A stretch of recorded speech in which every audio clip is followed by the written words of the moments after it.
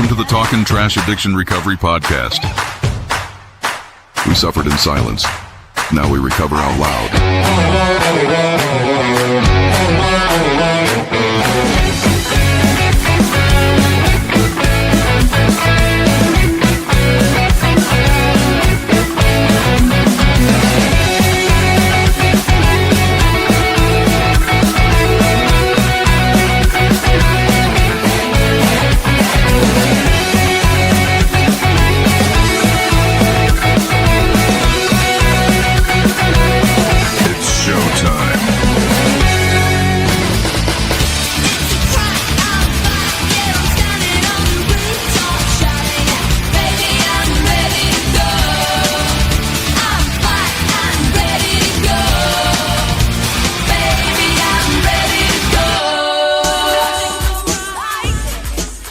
Good evening and welcome to the Channel 4 News at 9.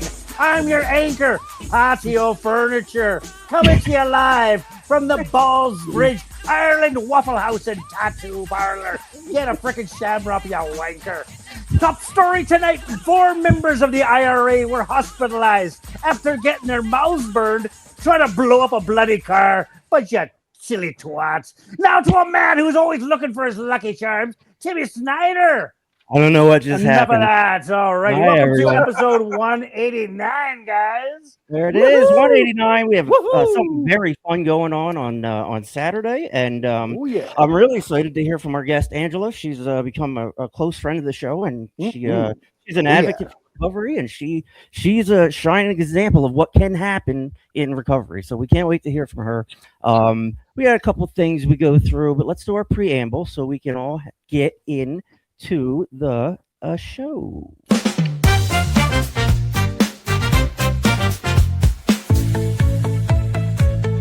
This is our humble broadcast, where ethics and personal anonymity are of the utmost importance. We run this podcast as an act of service to those whose lives have been affected by addiction. We don't do it for profit or notoriety. We place principles before personalities. We benefit from this podcast just as much as anyone else. We all work programs and choose to sacrifice our own anonymity to spread the word that recovery is possible. We do this thing in an attempt to show, as living examples, that no matter how far down the scale we have gone, we will see how our experience can benefit others. That's the 9th step promise. It's our creed we abide by here on Talkin Trash. We feel called to uphold AA and NA principles. We firmly believe that you can only keep what you have by giving it away. Please join us in a moment of silence, followed by the Serenity Prayer. God, grant us the serenity to accept the things we cannot change, the courage to change the things we can, and the wisdom to know the difference.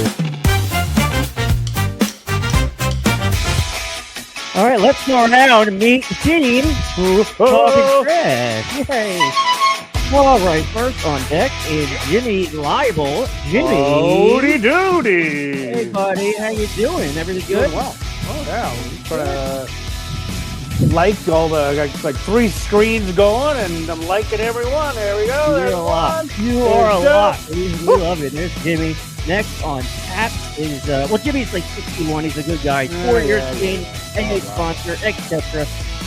The other Canadian we have on the show, his name is Bradley Mansfield. Brad joined us about a month ago, maybe a little more. Right now he's on the road in his truck. That's how dedicated this guy is. Jim and Bradley are going to be getting to know each other a little better on Saturday. I'm excited to see what comes from that. That's our boy Brad Mansfield. Brad is 47. He's got 2 kids. He's 3 years clean. He's also from Saskatchewan, Canada. And there's me. I am 43 as well. I'm 43. Will's 43. I'm not even kidding. I do all this stuff. I'm an advocate for recovery. We work hard to spread this message and keep it pure here. I think we do a pretty good job. And then you look at Willie D. Will is, he's got stuff going on. He is a trusted member of the team. He's from Georgia as well. So this is about the time we go around and see how everybody's doing. How is everybody doing? Oh, not all together. Not all at once. What's up, boys? Brad, what are you doing right now? What the hell's going on here? Well, Bradley. I am pulled over on the side of the highway. Here, let me get this straight down here. I'm pulled over on the side of the highway, driving a big truck, but I got to recover out loud, and I want to be part of this, so I'm taking the time to get online. That boy. Wait till the RC's sitting and watching you going, Right, let's wait till he starts rolling. Woo!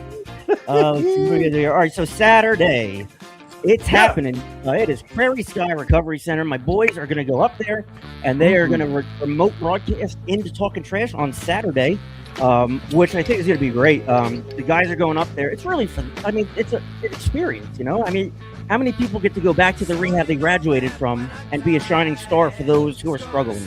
So what a privilege it is for you guys to be doing that. And I know I appreciate it, and I know they'll appreciate it up in Wilkie, Saskatchewan. What do you guys think about that upcoming event? Woo! Not all together there, Bradley. That's why I'm waiting for you, buddy. Okay. I think Somebody we're both talk. we're both really excited. We're going up actually Friday night after I got to work a full day. Bradley is going to pick me up right after work, and then it's another 4 hours, so we'll get there around 9 p.m. So that way we can spend a little bit of time with the clients rather than just rushing in Saturday morning saying, hey, look, we're from Talking Trash, blah, blah, blah. Yep. Spend some time with them, get acquainted, build some rapport, and just have some fun. So Yeah.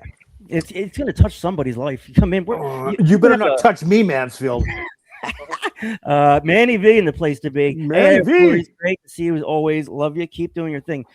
If you want to watch a good show, go to episode 188. Manny and Lynn were on. They're very close friends of the show. They're awesome. It's Manny's in recovery. Lynn is not, and they just kind of work together to spread a message. So it was fun having both of them on Sunday. So this whole thing up. So you guys are going to drive 5 hours north to this place in the middle of nowhere to broadcast a podcast to people who were sitting. Well, you were sitting in the same seats as those people. What's that going to feel like for the clients? I honestly feel it's going to be pretty exciting. I think they're going to love it. I think they're going to be part of this. It's going to be awesome. I think this is going to be super healthy for their recovery because they're going to see, how can I explain that without tooting our horns a little bit? They're going to see the positivity. They're going to see the fun. They're going to see that recovery's worth it, right? Yep. And I think that's a good message that we try to spread. So I think they're going to enjoy it very much. This could be one of the most important things you've ever done in your life. And you don't know this stuff till, I guess, after life. You know, you don't know who you touched or changed your direction or whatever.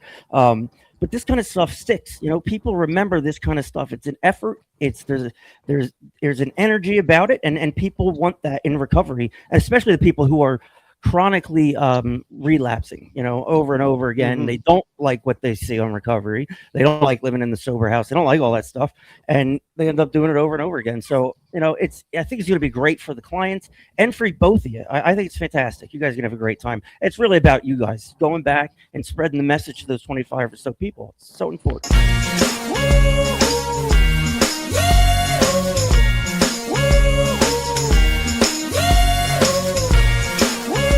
Alrighty, we do a little daily reflection here on Talking Trash, and Jimmy reads it. Jimmy, Alrighty, for our daily reflection for March the 18th, real independence. it will. The more we becoming willing to depend upon a higher power, the more independent we actually are. From the old 12 Steps and 12 Traditions, page 36, I start a little willingness to trust God, and He causes that willingness to grow.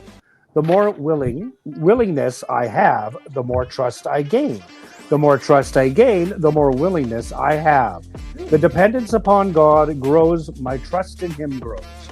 Before I became willing, I depended on myself for all my needs, and I was restricted by my incompleteness. Through the willingness to depend upon a higher whom I choose to call Gad, all my needs are provided by someone who knows better than I know myself. Even the needs I may not realize, as well as the ones yet to come. Only someone who knows me that well could bring me to be myself and help me fill the need in someone else that only I am meant to fill. There will never be another exactly like me. And that is the real independence. There you go. That's from the Book of Daily Refraction. Jacks. The word that sticks out to me is incompleteness. I look back and I was incomplete, and I was filling that hole with things that don't actually fill it permanently. And that's where my incompleteness came from. What do you guys think about that?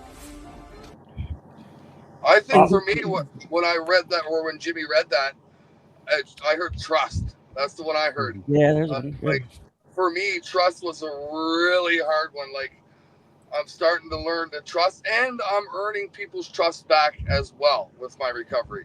But when I was early in my recovery, I didn't trust many people. I always thought that someone had an agenda. There was a reason they were saying those things, or you know what I mean? Like, and I was just over reading it. And like, so it's funny how in time a little bit that trust, I shouldn't say you start to not give a shit. I hate saying it that way, but you start to not worry about what other people think and what other people are doing. You just focus on yourself, right? So that's what I took out of that. I just heard trust, and that's where my brain went.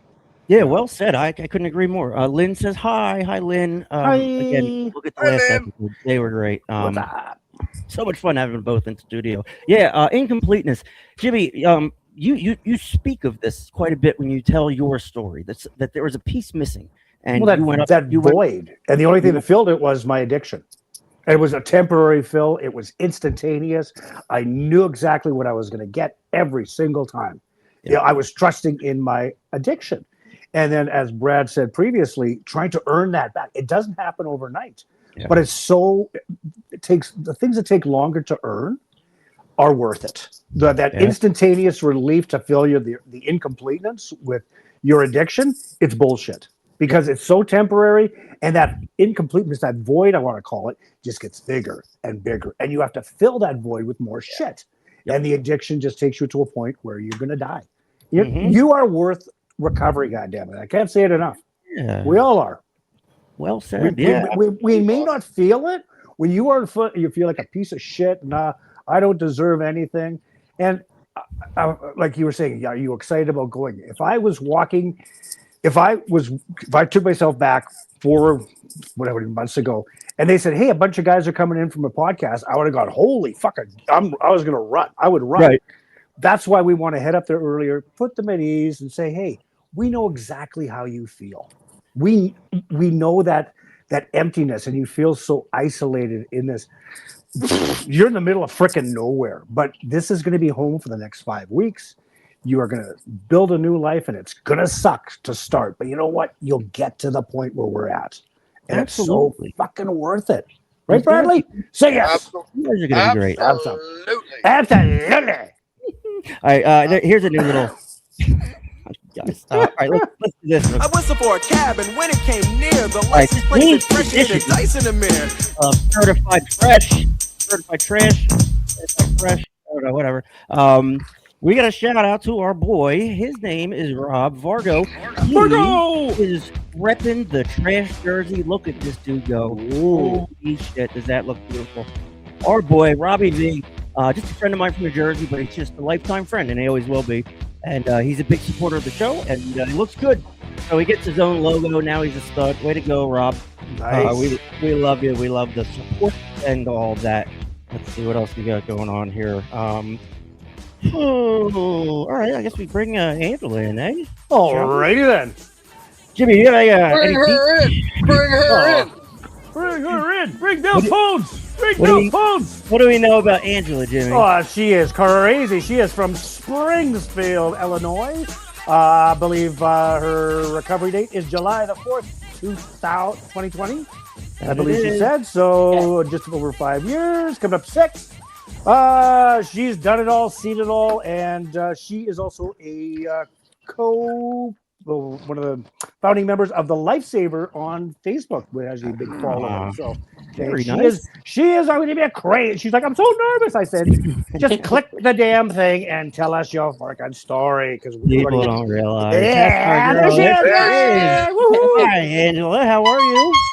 I'm great, thank you. How are you all? I'm good. No. Bear with me while I set up the cameras. I don't know why it Okay. doesn't let me do this before the show for whatever Okay. reason. So, Welcome aboard, Angela. Welcome aboard. absolutely, you have been in the last month or so, like a part of the show. We've come to know you, and you know what that says? It says you realize how important recovery is, how important sobriety is, and you donate your time to it. So that means a lot. What I'm going to do is kind of open the floor for you. You don't have to, there's no time limit. You can just tell us your story, whatever you feel comfortable telling us. You know, the floor is yours, and I yield it to you, my dear Angela. Okay, thank you. Okay, first of all, I want to say thank you for inviting me on here and thank you for all of your service work that you do to help others of us out there struggling. I just want to start out and say my sobriety date, July 4th, 2020. Everyone says, how did you get sober on the 4th of July? Well, if you partied like I did for 25 years, that's how you did it. Every day was, one big party. Well, it was Independence Day for you. It's your actual independence. Yeah. So every year I dress up like a big old flag, and everybody loves it. Get a flag cake, and there we go. That's funny. That's very Yeah. funny.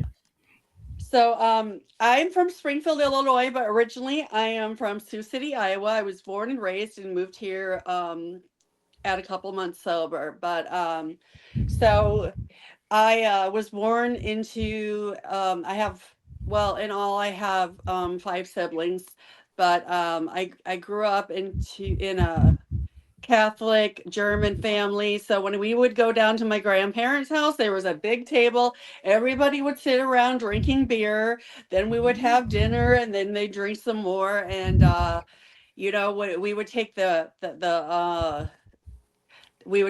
by roads home, and my parents would be drinking. We got thirsty. They would pass us the beer, and I thought that's normal. That's what all Yeah. families do, right? Yep. So everyone's like, when did you start drinking? Well, I don't know. 1, 2. That's how it was, right? But also on my dad's side and my step family side, all bikers. We're on the bikers, Yeah. right? So um, I was abused from the time from what I was told by friends, they started calling Child Protective Services in at a year old. When I was a year old. Hey, Angela, honey, hold on one second. We don't have a video feed from you. Okay. You just talk. We'll just listen. That's okay. No. Okay. Yeah, it just the volume just went lower, but that's okay. So I was abused from the age of a year old. That's when they start calling CPS. I remember many nights, waking up at different people's houses in the middle of the night, different parties. We'd go home, try to go to sleep, and I'd wake up to my stepdad, like throwing us around the room, kicking us around the room, over and over. We moved over and over because my stepdad lost jobs because of his, drinking. Um, when we moved to Montana, it got worse. That's where I was knocked unconscious and kicked down the steps. And that's where they feel like my epilepsy started from.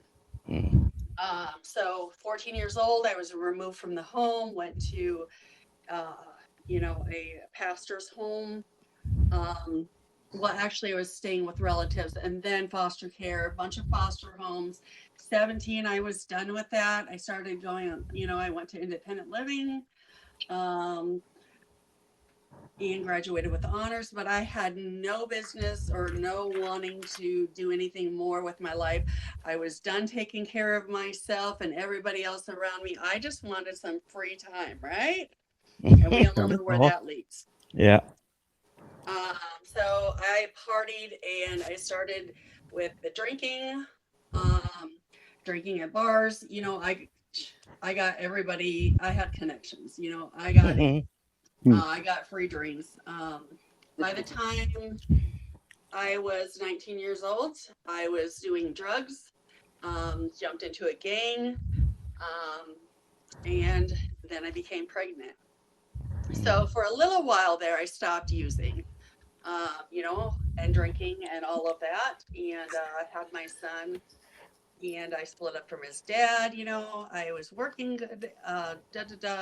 Long story short, got into a car accident, lost my job. My seizures were getting worse. Lost my son, my home, my car, my job, all within 2 weeks. So it was that was the downfall of my life, and I was trying to get my son back. And at that time, my therapist said, you have a seizure disorder. You can't even take care of yourself, because at that time I was having up to 5 seizures, grand mal seizures a day. And my therapist said, if you can't even take care of yourself, how can you take care of a 5-year-old child that's ADHD and everything else? And so I did what I thought was best, and I placed him up for adoption.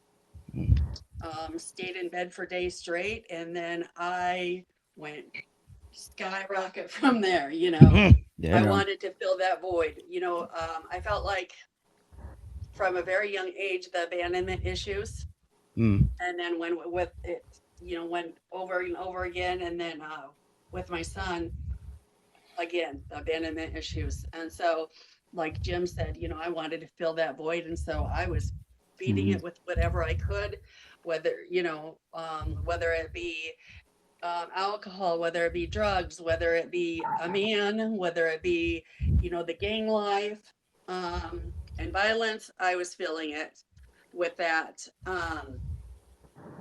So that went on for 25 years. I've had my nose broken a few times, dislocated fingers, stitches all over my face. And that was just from the men. That wasn't from the gang violence, right? And so, of course, I never had a problem. It was everybody else. Nobody should have stepped to me or messed with me. I became homeless in my addiction. That's how low it got.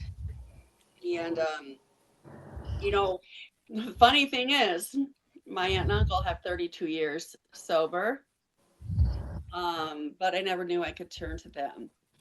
I hated myself. I tried to unalive myself many times. They say you have a rock bottom. My rock bottom had many basements and many trapdoors. Yep. Same. Yep. And so I had friends that, because of the lifestyle, that were unalived. I tried getting sober, and my best friend 9 years ago, he was unalived and in a very bad way. And the last thing he told me was that he was glad I got away from my ex, that he loved me and he was proud of me because I was sober, right? Right. Well, that didn't last long. There was nothing that could fill that pain. So I started full force again. Of course, I was injecting by that time. And nothing could fill that void. And so I went somewhere where I was told again, I could get help, and that's AA. And that's when I walked through the doors.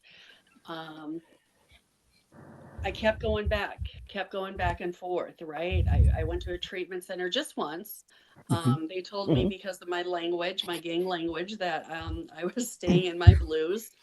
And I'm like, how dare you talk to me like that? Right. Don't you know who I am? Check yourself. Yeah, you better check yourself, right? I have, when you look at my record, I have 8 assaults. I may have a few stabbings under my belt, but I got away with them all. By the grace of God. No, never get charged. But I don't say that to brag. That's just telling how bad I was. No, we know. Yeah, Yep. we know. You're doing great. I was angry. I was angry at everybody that ever hurt me, that ever abandoned me, everything. And I was sexually abused too. So everyone that ever hurt me, I was just angry and nothing could cure it. Drugs couldn't cure it, but they did numb the pain, right? Right. Yeah. Mhm. Until they didn't. Right. And so, you know, I got a sponsor. I started working steps. I worked 2 programs. But I would hear people tell me that I had, well, first they would tell me that I wasn't, when I came in, I wasn't bouncing off the walls, I was ricocheting. Boing. And I said, that's about Yeah. right. Yeah. And then they told me I had 1 foot in the streets and 1 foot in the AA program, and I needed to get both feet. Right. And how dare they tell me that? Yeah. And I needed to get Who are out of you? the way. Yeah, you bastards. And let go and let God. But of course, that anger and that you know, making me feel like I was nothing, that fueled me. Yeah. But in a bad way. That's what kept me alive. Is I had to prove everybody wrong. I had to prove to everybody else that I was something, whether it be a toxic something or not. I Right. was going to prove that I was something, right? Yep. Right. I got you. And so, you know, I couldn't stay in and out. And then I would go to meetings, and when I would go to meetings, there was a lot of people there that I used to drink, party, use Sure. with, you know. Yeah. And sometimes after the meetings, people would hit me up because my family was pretty powerful and I was pretty powerful in my addictions for that reason. You know what I'm saying? Yeah. Yeah. I do. Very toxic. And so people knew who I was and who my family was, and I could get something. And that was really hard for me. And so I knew at that point that I needed to move. I needed to make a geographical move away from people, places, and things. And I would have people tell me, you can't run away from your problems. And I'm like, I'm not running away, but I need to get away. Right. Because, you know, when you're in that kind of a lifestyle, and when your family is too, and you're bound by a set of codes, it's a lot of pressure. And it was just really hard for me. And so, of course, I met a guy. Of course. What we do. He gave me a way out, though, and like, okay, well, whether things work out or not, I'm going to help you get here, get you into a sober living house. And oh, that was here. Let me back up a minute. So I was going to go to treatment for the last time, and my insurance didn't go through. So I was detoxing off of meth. I was detoxing off of alcohol, and the Hard Rock Casino was 3 blocks away. Yeah. Right. Oh, woohoo. Yeah, and I have a seizure disorder already, right? Oh my God, you're a walking nightmare in there. Yep. That was real fun. But at a couple months sober, almost 3 months sober, I came here to Springfield, and I promised myself this time that I would give it all to God and let God lead the way. And he did lead here. And the funny thing is my recovery Bible, when I pulled up in the bus, my recovery Bible came out of my bag and went flying down the steps of the bus. It's really crazy. It's one of those And things. all Yeah. along my journey, there was somebody there that was in a 12-step program that was helping me. It was really, Right. well, I know what it is. That was God. It's God. Yeah. So I came here and I was like, okay, I'm going to let God lead me. I'm going to allow myself to open up a little bit and trust people, which is not easy for me because remember the abandonment issues. Yeah. Everybody hurt me. Everybody left me. Everybody died. You know, so that was really hard for me. But if I was going to let this program work, I was going to have to do everything different. And I was going to have to open up and become honest and become vulnerable, Right. and become willing and do everything different. Right. So I got here. I did everything different. I got a sponsor. You know, I did the 90 and 90, even though I was a few months. I did the 90 and 90 here, but I did that for a while. I jumped in at 6 months, started chairing meetings. I worked my steps. I, did whatever, was asked of me, started sponsoring. And then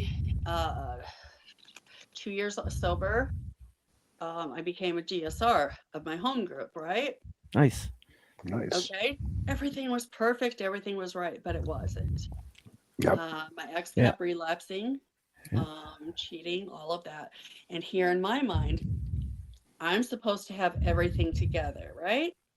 Right. That's not supposed to be happening in my home, because if I'm working a program of recovery, everything's supposed to be perfect. Oh yeah. Surprise. But Yep. yeah, life on life's terms happens, right? Right. And before he took me down, and it got physical that night between us. So I left the next day, and I broke down and I told my group about it. And here's the thing: I had a messed up knee, and I'm gonna cry here. Everybody from my group helped move me. Anything I needed was provided for me between my group and my church. Everything from top to bottom was furnished for me. Moved in. I wanted for nothing. Nice. And that's the power of the program. Sure. And I had to do what I had to do to save myself. And I'm still friends with my ex. It took a long time of forgiveness, and I try to help them. But, Yeah. some people, you have to keep a boundary and just keep praying for them. So here I am, 5.5 years. Hell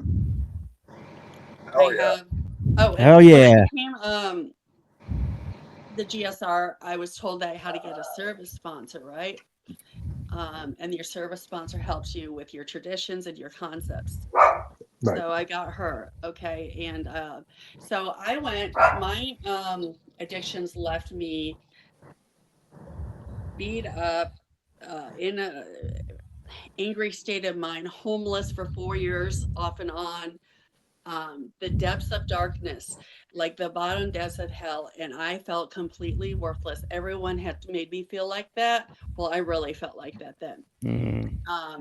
And then coming to AA, people told me I wasn't worthless. Made me feel like loved and like I wasn't worthless. Made me feel valuable.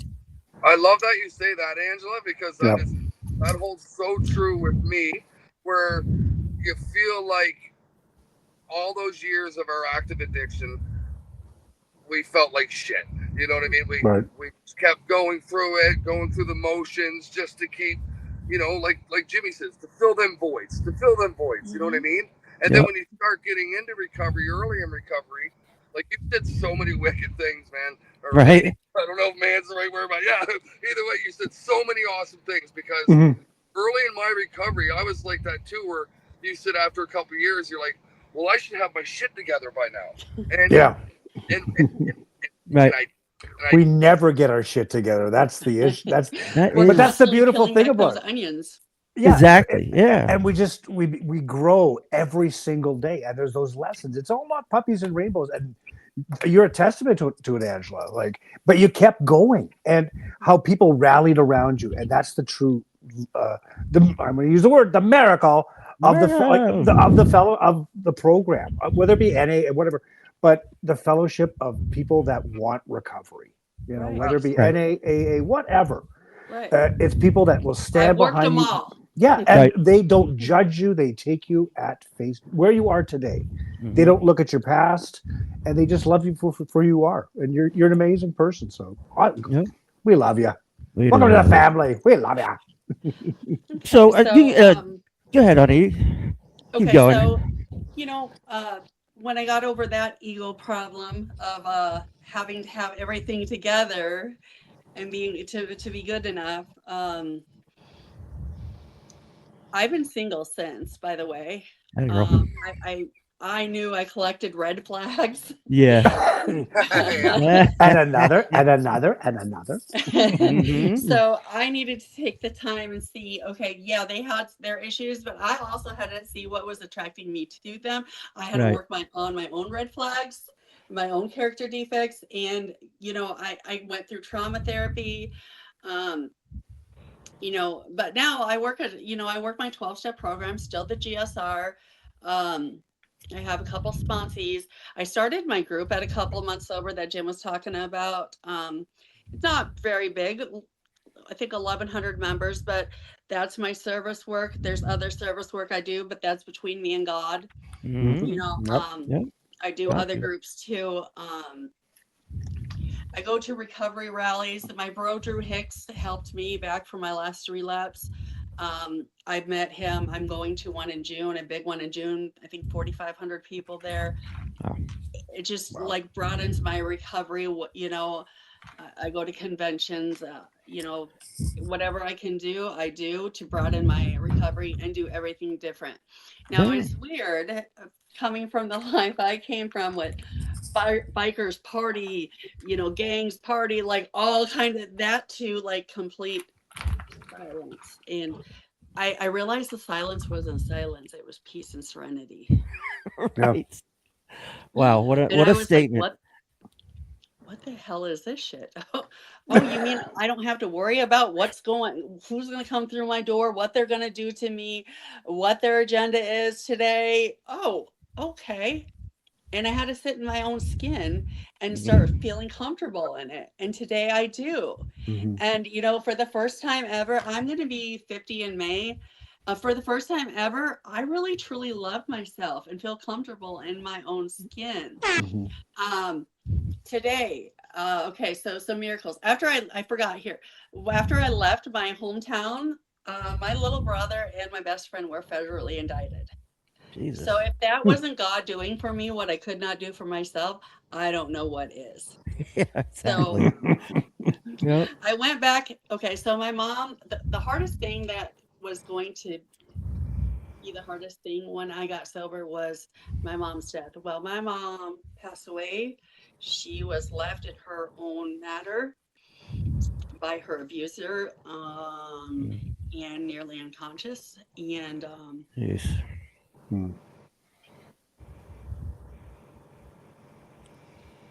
Sorry. Hello? Yeah, you're here. Okay, sorry. I got a phone call. We can see you now. Now I can see you. This is gonna be very exciting. Well, see how that works. So my mom was left in her own matter, unconscious by her abuser. We had called the police before. I had been trying for many years to save her because I was supposed to save everyone, but I couldn't save anyone. I couldn't even save myself.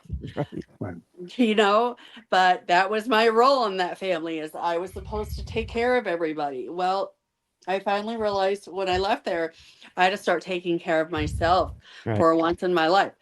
So that angered me because, one of those assaults and, stabbings was, her abuser. And so that anger came back full force. And then I was going to go back there and my ID was expired. Wow. With all those feelings and rage and my ID expired, I think that was a God thing. Something else going on here. Yeah. And everyone argued with me and I'm like, okay, well, whether I can get there or not, I'm not going to be stuck. But second of all, I know myself and y'all know me and you already know what I'm going to do because you already know what I've done to this man. Okay. So I need to work with my sponsor and everything, my sponsors, and work on this anger, work with God about this anger, start praying for him every day and asking, for God to give him everything that he's given to me, which is really hard. Really, really hard. I'll bet it is. More than you know. And I still go back and forth with that. And, you're supposed to pray for somebody for 2 weeks, and it's been almost a year now. Just give it time. I'm still working on that one. Yeah, time takes time. So I went back in November. That best friend of mine that was federally indicted, I got to see him at a meeting and give his daughter her white key tag. Wow. Awesome. Nice. That's powerful. And I got to see family. Many, of my family, they had their own addiction problems, and we all at one point said we needed to give each other space. So we didn't we weren't codependent on each other and each other's addictions and lead each other back. Yeah. Right. So let's fast forward to today. Okay, yeah, I'm the GSR. I do my service work. I constantly have people all over the world, reaching out to me, and I don't know why, because I'm just some junkie, homeless junkie, right? Well, God changed that. And he changed it to where, like, some of the things that I went through, those traumatic things that I went through, there's somebody out there that's gone through that, and like they don't think anyone understands. Right. Well, okay, one of my friends, her boyfriend was murdered, unalive, sorry. And I was there to help her. And she was then stuck in her addictions. And today she's clean and sober. She is a director of nursing for a treatment center, making $100,000 a year. Wow. See? Wow. Yeah. So, this farmer junkie can do some things, right? Yeah, right. Through God, though. Only Yep. There's light through at the end of God. the tunnel. That's for Yep. sure. Yep. And then, Lynn says hi, Angela, and hi. lovely Barbara Hooten says she loves you very Love much. you too, sister. We love her too. And- So and- we're today. Well, like you're involved in service. You're 5 years clean, and you're still going at it. It's Yeah. like the pink cloud's obviously gone, and a lot of people hit that pink cloud thing. First couple months, they're on fire, and then boom, they're gone. And you seem to have leaned into it rather than try and grab it all at once, because as addicts, we want everything instantly. But leaning into something, kind of feeling it out, to be the servant that you are now, it means, it says a lot to your character, to me. So I just think it's fantastic. So today, what 5 years in, how do you keep it like fresh? How do you keep it like in line? I get to work with other alcoholics and addicts on a daily basis. I go to a minimum of 2 meetings a week, but all day, every day, I spend helping other people, whether they're inside or outside of addiction. They keep it real for me. I get to see the miracles. I've seen so many friends that I used to party with. The lights come on. My brother got out of federal prison 4 months ago, and he's doing good. And instead of being a bad influence on him, today I'm a healthy influence on him. Yeah. Things like today, I got to give my service sponsor her 41-year sober coin. That's awesome. Shut up. Yeah. What I'm talking about. Woohoo! Yeah, I got to sing happy birthday to my 7-year-old nephew today. I've got some of my family back. The family that I ran away from, God said, no, I can restore families too. Just watch. Yeah. He's slowly restoring my family. And, the members in my group became my family. And now it's like, I'm slowly getting some of my family back, and it's a beautiful thing. And, my biker cousin, like, I went back to Iowa and I went to some meetings with him, and that was really cool. And my brother it's just a beautiful thing. The promises do come true, and I see it in my own life, and I see it in so many others, and that's what helps me to keep doing it. To see that the light come on in somebody's eyes that has been lost in darkness for so long, that's what keeps me going. Hell yeah. And you know can what, see it. Angela? Yeah. From what I see, it's because you probably don't even know how much of an inspiration you Right. are to people. Yeah. So that's the wicked thing about recovery. Like, from hearing your story and all the things that you've been through, it wasn't pleasant by no means, but you've come through it, and you're fighting through it, and you're trucking along forward. Like, that's so amazing. So the presence that you bring to other people to see what you're doing is an absolute inspiration. You know what I mean? So that there speaks for itself right there. Yep. But I mean, in a humble way. Like, you're not coming across condescending, and you're just, this is Angela, and you just tell it the way it is, and amazing. That's the way recovery. That's the beautiful part of it. You don't have to put any airs or graces on. You're just being your true self. Yep. Rob Vargo says you look great, Angela. That's nice.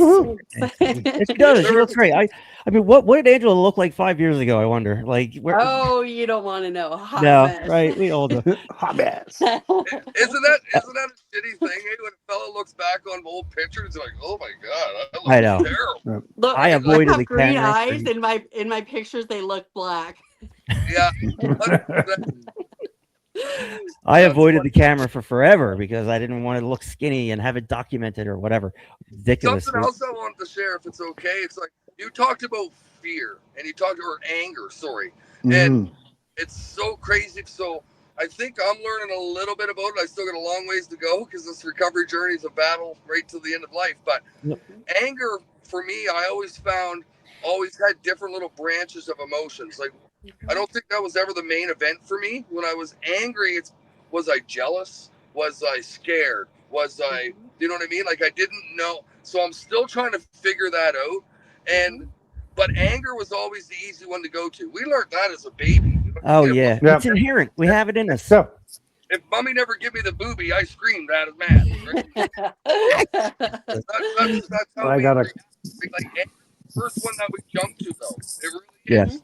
And you know, I think in recovery, it's learning what is really going on inside this brain. You know what I mean? Like, so that's the anyway. What's the underlying feeling behind the anger? Right, that's funny. You say it's not the main event. That made me laugh. It's not like you're. Why am I angry? Oh, I'm jealous of this, or I'm holding a resentment that needs to be addressed. Whatever. Anger is a manifestation of some other emotion that Brad just lightened up for us. I can't take claim for that because he said that to me one day when I was like, I'm pissed off. He's like, what is the main event here? So, there you go. I'm starting to keep track of your quotes. I'd like to share a couple now. One of Brad's quotes is, "There's 1,000 ways to skin a cat. We just want a bald cat." I don't read the room reads me.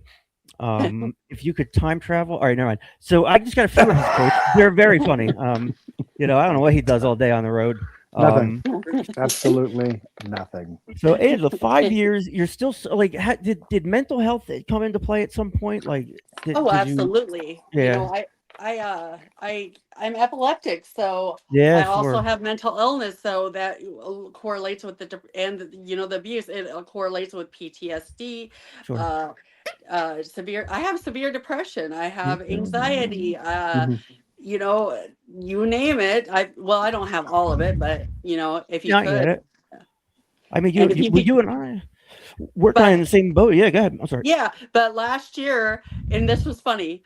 Last year, you know, I was on double the max of my antidepressant, you know, because that's what they thought with all the complex trauma that I was going through. They didn't just give me the max; they gave me double the max, right? And then they cut my dose in half to double the max amount, and I'm like, do you not know you're not supposed to take pills away from crazy people? Right, exactly. And then, you also can't tell crazy people they're crazy. Yeah. And then my mom died, and I was like, what the F are you guys doing? Right.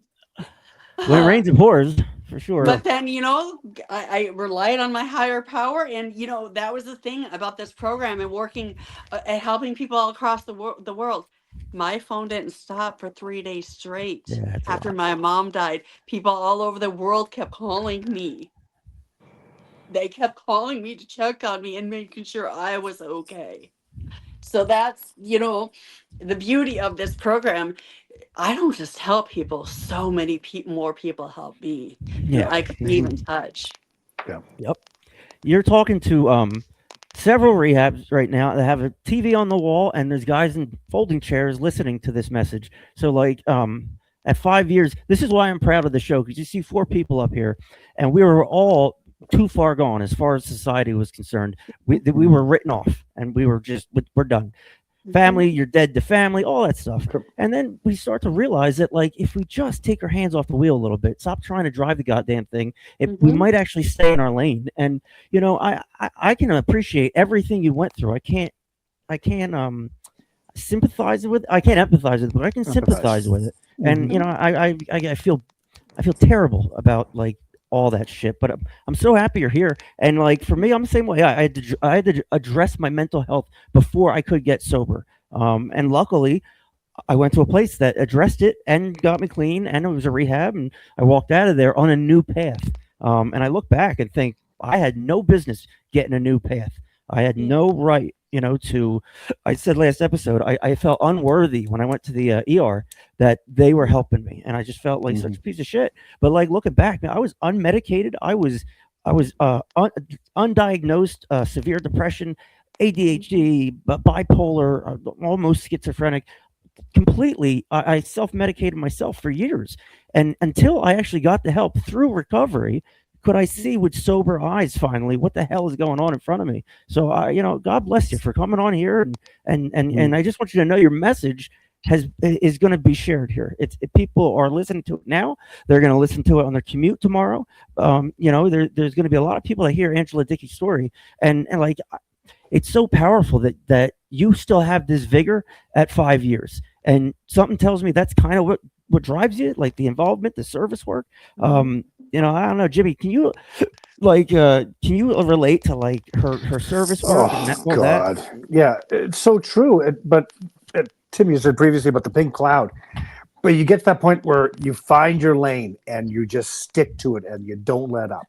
Right. And it's not all sunshines and roses. Like people die and shit getting lifed, and life goes on. But it's all about, as Will would say, lessons. But you just keep giving back, and what you give back comes back.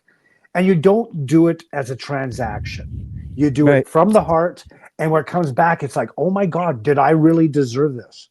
And then I still sometimes my struggle with addiction talks to me in my own voice, going, Jim, you're a piece of shit. Right. You are still a piece of shit. You will always be a piece of shit.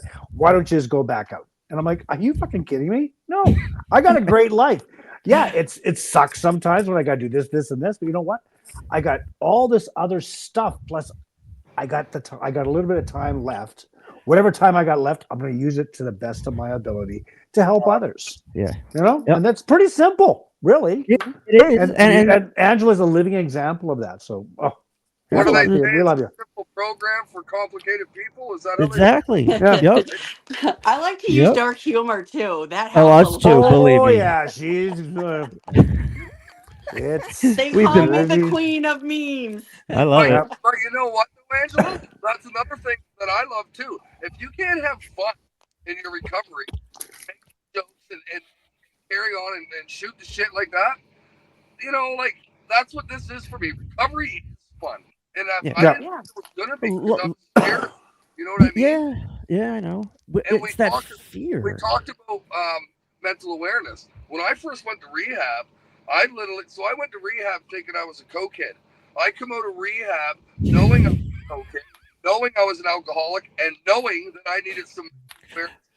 So you know what I mean? Like I went thinking I was a drug addict, and then I come out and I needed way more help than what I thought I needed, type of thing. And but that's the beauty of it, because you start to learn shit about yourself. You know what I mean? It's like who you really are, right? Like what makes me tick, type of thing. Yeah. Jimmy said something about sitting in silence.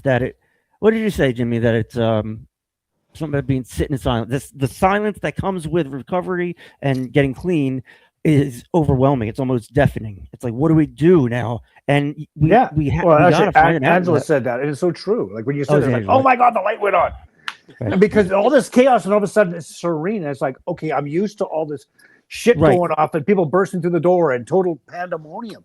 Yep. And then all of a sudden it's like, holy shit, I can hear crickets. Now what do I do? I can remember taking your time, running the film to the end. Yeah. What do I do? What consequence do I want? Right. The outcome. Absolutely. And that's really well said. I mean, Jim. It takes a long time to learn those lessons. Like you're not going to get it the first time. I mean, all the decisions, it's live and learn. And what Jimmy just said there is like 1,000,000% truth in my eyes, because early in your recovery, you're totally right. Like you're used to the hustle bustle, you know what I mean? And then all of a sudden you're like, holy shit. Like it's almost like that silence scares you, because you're not used to that. But so like, I'll say this to people in early recovery, because that's something I struggled with, was, Jimmy, I love that saying, watch the film to the end. Because if you do that, you're going to learn a lot of things. You're going to learn a lot about yourself. and Rome wasn't built in a day. So you got to take your time. Ooh, I like that one. Yeah. Did you? Well, Is that yours? He just stole made that up. from someone. He made it up. Well, Woda wasn't built in a day. Actually, it probably was. Probably an afternoon. Yeah, but that's what I love about Jimmy. Jimmy's got so much knowledge and brings so much to this podcast, and He's so full of shit, right? Yeah. Just, I love you, Jimmy. I'm sorry. No, it does. Our two Canadian love boys you. here are, there's such great advocates for recovery and the show, and it's such like a privilege. Sometimes I feel like I'm not, I guess, not worthy to be in this mix, but like here I am. But like I try to keep it green and not like think too highly of myself, or and that's a daily thing I have to do. I have to check myself daily, do routines. Routine is really important in early recovery. You know what's coming next. You know how many steps it takes. You know how far and how much you have to lift and all that. In early recovery without any help, that silence can be deafening, and it'll drive you right on back to make that silence go away, and then we realize it. We don't even realize that's what's happening. So I just wanted to say too, like everything seems to be going good, just getting, over and good in life, and then something else comes along, Right. and I thought I was done healing for now, and something came up about a month ago, and I always thought that I blacked out a bunch of my childhood because of my physical abuse by my parents, and there's a lot more than that I'm dealing with, that I'm still processing through. There's somebody that's in federal prison right now for our 8 victims, and he groomed me. And so I'm working on that, and I didn't know that was a word for it, but that's what my service sponsor explained to me. For a few years he did that, but the thing is that God puts people in your life to help you, and the lady that testified against him, she became an advocate for Iowa's at missing and exploited children, and she's been helping me deal with it along with friends of ours, and it's like we become like sisters now. It's totally family. awesome. You can't choose your family, and you can choose your friends. We can choose who we hang out with, and people to edify our own recovery. We're gonna look at our clean time as a team. You guys, hold on a second. Jimmy, what is what? Did you? Look, this is what I do when I'm stalling and I can't find it. It's like I know it's here. I mean, I'm not all right. Whatever. Our team clean time. I have it. Mac and cheese in the car or what? That's Angela. Nope. This fucking thing. All right. That's just for today. Our clean time is somewhere. Maybe I don't. Oh, here it is. All right. Anyway, $8.98 for Will. Way to go, Will. $900 on Friday, Mr. Willie Dial-Up Douglas. So today's got $9.91. 9 more there. Alrighty. Big B, 11.34. Attaboy. Yeah, boy. You. And Jimmy coming in hot, 15.63. That's a lot of days to be clean and sober. Way to go, one day at a everyone. time, man. And Angela's coming up 6 in June. And Angela's coming up 6. Oh, yeah. All right, we're going to play a little game before we get out of here. Dear. It's called Come on, Brad, let's play a game. And we're going to... what game are we going to play in the car, Brad? No, it's great. All right, this is how this works. Everybody, shut up, Jimmy. We're asked a question each round, and everybody gets a turn to respond to that question, and then they can pick who goes next. So how we'll do this is like this: taking turns. I just explained that. This is round 1. If you could have a superpower, what would it be? Now, think of a number between 1 and 40, ladies and gentlemen. 8. 8. Brad? 37. Jimmy? 17. Wrong. It was Brad's. Brad got it. Brad was closest. 33. All right. So if you could have a superpower, what would it be, Brad? Silence? Superpower, what would it be? Honestly, I don't know. I think. Read at a grade 5 level, maybe? Yeah. Yeah. Work on my read. You're in? I'll be straight up. know if I'd want a superpower because I'm happy the way I'm working right now. I don't Yeah. think I need anything fancy. I don't think I need anything special. My Very good. superpower is my recovery, and I feel fucking great about that. So That's a great I don't great know. answer. Pick the next victim. I'm Jimmy gonna go or straight Angela? to Angela. All right. Angela, if you had a superpower, what would it be? I would save as many souls as I could. All right, girl. Yep. So that's Jimmy. What about you? You're next. Okay, well, I'm going to make it a little more fun. I would like to have the power to give people instant diarrhea. So, like, if you're in a really bad situation, it's like, boom, and then they just out of the room. That's a Boom. shitty one. That is shitty. Well, no, it's like say you're getting mugged, and you say, okay, That is and then the guy just shits himself, and you run away. What the hell I is think it's wrong a with great you? superpower. I think it's a great superpower to have. I'll answer real quick. I always used to wish I was invisible so I could go into the pharmacy and go around back and steal pills. So I wanted to be invisible. Yep. That was when I was using, not now. That's all you would do, Tim? Right, Really? round Really? two. What would you do with $1 million? Jimmy, go ahead. I'd buy you a real mink coat, to quote the Bare Naked Ladies. Yeah, there but you not, go. but not a real mink coat because that's cruel. Right, it is cruel. You don't do that. We don't do that around here. Okay. All right, Brad, what would you do with $1 million? I would divvy it all up between my kids and me and my wife, and boom, gone. That's how I would do it. There you go. Angela, what would you do with $1 million? I would make a center for the homeless. I was gonna say that was you took it from me. That's what I was gonna say. I'm gonna say the same thing. That's nice. That's you're Minds benevolent. think alike. Yeah, exactly. I was thinking more of like a treatment center, Yep. of some way that is different than how we do it. I don't know. Round 3. If animals could talk, which one would be the biggest asshole? Jimmy, go ahead. If animals could talk, which one would be? Probably my dog. My dog, Casey. Yeah. Yep.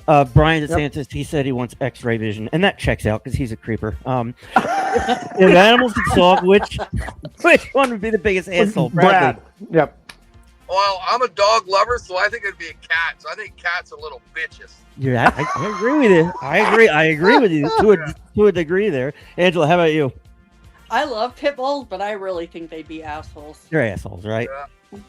I think ducks are assholes. I don't know why. I just think they are. I don't like them. They hate me. They're assholes. They just are, and I want to say deer are assholes, but they're just stupid. It's ridiculous. If you had to fight one animal once a year, which animal would you pick, Brad? I'd pick a cat because they're little bitches. That's borderline abuse. Jimmy, how about you? Kangaroo, just to keep in shape. Probably get the shit kicked out of me, but what the hell? I'll jump in. A dolphin for me because I fucking hate dolphins. I really do. Angela, if you had to fight one animal once a year, which would it be? I would say either ducks or geese because whenever I go to the water pond to walk, they like chase after me and try to bite me. Right. I don't know. They don't understand boundaries. They're just assholes all around. Round 5. If life is a simulation, which I'm fucking pretty sure it is, what's the glitch you personally experienced? Jimmy, what's your black cat? Oh, I would say, that's a good one. Probably walking into a situation and it's like 5. Oh God, it's never mind. How about like deja vu? Yeah, I like deja vu. Yeah. Yep, same thing. Recently, for me personally, I was watching some stupid movie with Taylor Lautner, and and he was like trying to figure out if he was adopted or not, and he pulls up a picture on his laptop, and it's me. It is me. And I'm like, the universe. There's a glitch because that's not supposed to be there. So that happened. But Brad, how about you? Any glitches that stand out? Not really. It's a stupid question. Round 6. What's something people think will make them happy but probably won't, Brad? Something that'll make them happy probably won't. I think money. Yep. Money, there's a great answer. Yep. Mm-hmm. Yep, that's probably number 1. Angela, what do you think? I think money too. Yeah. Yep. Mm-hmm. And like we've experienced that, right? I mean, one's too many, thousand's never enough. You know, I had 1,000. It didn't matter. I was looking for 1,001.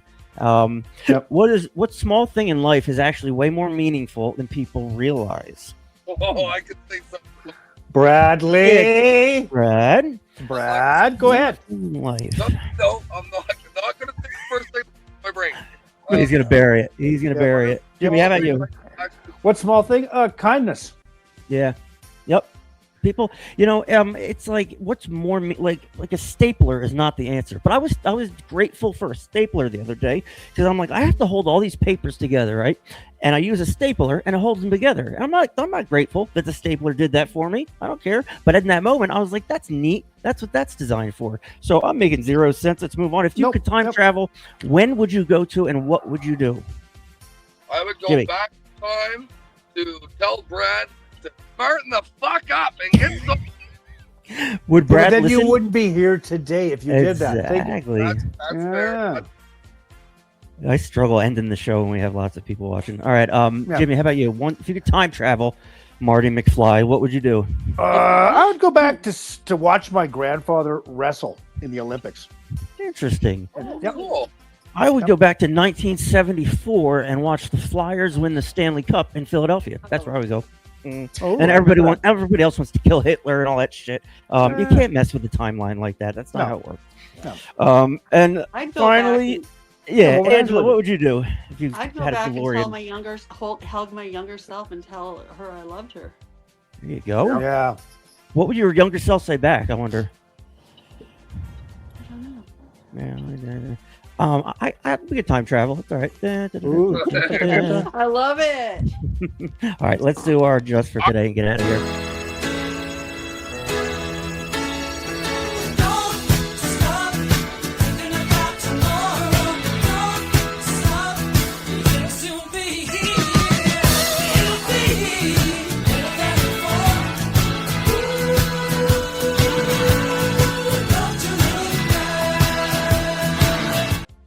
I'm getting sick of Fleetwood Mac. Okay, it is the full message. Look at Jimmy as a postal server guy. I'm going postal. I'm going postal. All right, Jimmy, how about you read for us? Alrighty, just for today, the full message. There is a special feeling for addicts when they discover that they are other people who share their difficulties, past and present.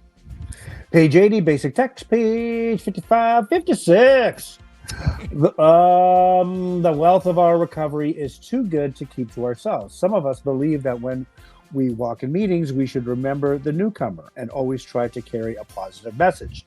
But sometimes the most positive message we can carry is that we are always going through difficult times. And in our recovery, we are staying clean in spite of them. Yes, it's gratifying to send out a strong message of hope to the newer members. After all, no one likes a whiner, but distressing things happen. And life on life's terms can shock ways, even through the recovery of long-term members of Narcotics Anonymous.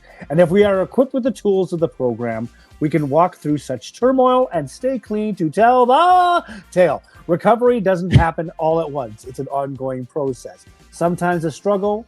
When we dilute the fullness of our message by neglecting to share about the tough times, we may walk through our own journey. We fail to allow the newcomers the chance to see that they too can stay clean, no matter what. If we share the full message of our recovery, we may not know who benefits, but we can be sure someone will. Douglas! Just for today, I will honestly share both the good times and the difficult times of my recovery. I will remember that my experience in walking through the adversity may benefit another member. Yeah, have it. The full message. It's important to get the whole message. Oh, yeah. All right. If you're earlier on in recovery, go on to the App Store and either download NA Meeting Search or Meeting Finder. That's the therapy you need right now. It's the only thing out there other than personal therapists. On Saturday, very exciting, we will be live on site at Prairie Sky Recovery Center in, where is it, Wilkie? Actually, Leipzig. Leipzig. Yeah. So we'll be live there. I'm really excited for that. It's going to be a good time. What do you guys think about this weekend? It's going to be interesting. It's going to be a blast because, like I say, these people who are coming in, like people that are graduating, they'll be a little more open to it. But let's just say if someone was admitted, let's say on Monday, and then 5 days later, these two assholes walk in the door and we're like, yeah, talking trash. Oh, yeah. They'll be like, fuck. They'll be looking for a bed sheet or a beer. But we just want to. Oh, if you want to like celebrate your clean time or share it with us live, we encourage you to drop it in the comments, and we'll make a big deal out of it. We'll set off fireworks and horns and stuff. All right, sorry to cut you off, Jimmy. I just wanted to give people a minute to share their clean time. Eric D is 456 days sober. Right close on, close to 456. There he is. All right, everyone. Eric. Sorry, we blew that one. Very exciting. Saturday at 2 p.m. They said 2 p.m. Central Standard Time, which is 3 p.m. Angela time, 4 p.m. Timmy time. Gotcha. All right. Trying to explain to Angela the time difference between Saskatchewan, Illinois, and Georgia was like, okay, I'll make a Venn diagram and send you a pie and all that kind of stuff. But it worked out well. She's going to kick my ass later, but it's okay. We love you, Angela. Thank you, Angela, for sharing your time and your story. It'll resonate with many. And thanks, guys, for your support and your dedication to what we do. We will see you on Saturday.